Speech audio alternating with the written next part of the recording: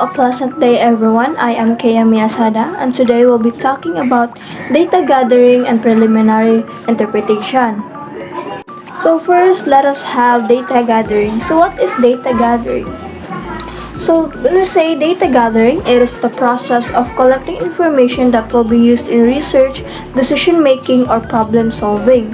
In short, data gathering, collecting information systematically to be used for study and interpretation. So data gathering, it is the process of collecting facts, figures, and information to answer questions, to solve problems, or to evaluate outcomes. So in gathering data, it is the first step in conducting a study because before you can analyze or interpret results, you need to have accurate and relevant data, right? So the goal of data gathering is to obtain data that is reliable, valid, and sufficient to answer questions. So for example, collecting students' academic performance. So a teacher records each student's scores in quizzes, exams, or even projects. So the purpose of collecting students' academic performance is to evaluate class performance. So on the other hand, data gathering is simply collecting information in a systematic way to understand and solve problems. Good day everyone, I am Hazel Miller Furnace. So my discussion is all about survey. First, survey. A survey is a systematic method of collecting data from a selected group of people by asking them a series of standardized questions to gather information about their feeling, thoughts, behavior, and characteristic. So, ang survey DI is mauni siya ang systematic method sa pag-collect nimo sa imong data nga kinahanglan gyud nimo siya sa research. Without the survey, digid nimo makuha ang data if wala kay findings. So usa sad ni siya sa mao ni ang research nga mao ni siya ang mag-select ka og student and then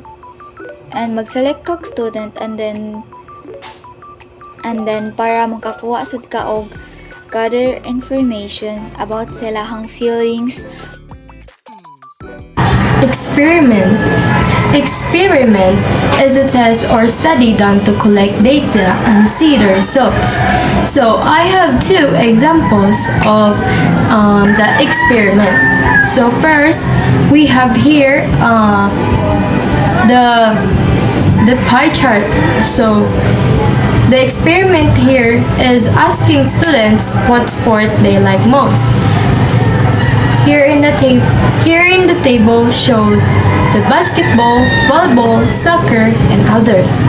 So the pie chart is help you to know which sports is most popular among students.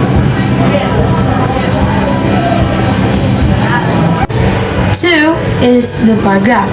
So here we have the bar graph. The experiment is recording how many hours of sleep students usually get. So the bar graph helps us to understand students' sleeping habits and how common age range is. So that's the experiment. Once again, good day everyone. I am Jamaica Ngana and I'll be discussing to you about observations. So, observation is a systematic method of collecting data by watching people, events, or phenomena under natural or controlled setting to gather descriptive information and understanding behavior and interactions. So, observation, it is a technique or a way of collecting data by observing without relying on interviews or subjective interpretation. So, when we say subjective interpretation, that is opinion or belief. While when we say objective interpretation, it is based on facts. So, observation is more on objective interpretations. So here are the examples of observations. We have here 3 examples observations. we have here 3 examples. First one is animal migration patterns. Scientists observe the migration patterns of birds without interfering. Second is children's play behavior. Psychologists watch how children interact on a playground. Lastly is shoppers' habits. Marketers notice consumers' behavior in stores to understand purchasing decisions. So, preliminary interpretation is the early stage of analyzing data to find possible meanings or patterns. So, it helps researchers from ideas before making the final conclusion. So, I have 2 examples of preliminary interpretation. First is after collecting survey answers, the researcher noticed most students preferred online learning. 2. The teacher observes that the students with more study hours get higher scores.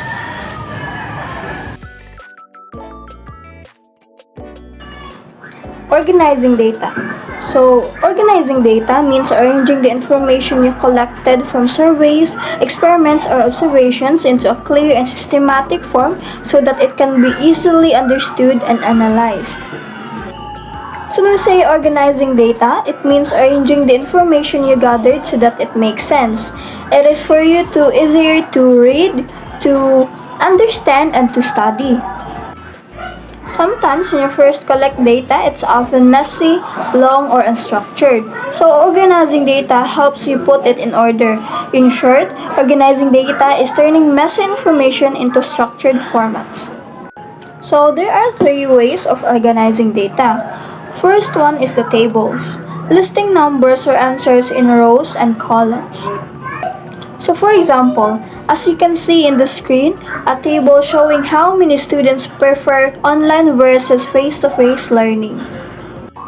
So the second one is the graphs or charts, turning numbers into visuals, bar graph, pie chart, or line graph. So as you can see in the screen, a bar graph showing how many hours students sleep at night. So the third one is the categories or grouping, sorting data into meaningful groups. So as you can see in the screen, grouping students' favorite sports into basketball, volleyball, soccer, and etc. Good day everyone. So, identifying patterns or trends. It is looking at organizing data to find similarities, difference, or repeated results. So let's break down the 2 first. First one is pattern. So these are repeated results or behavior in the data.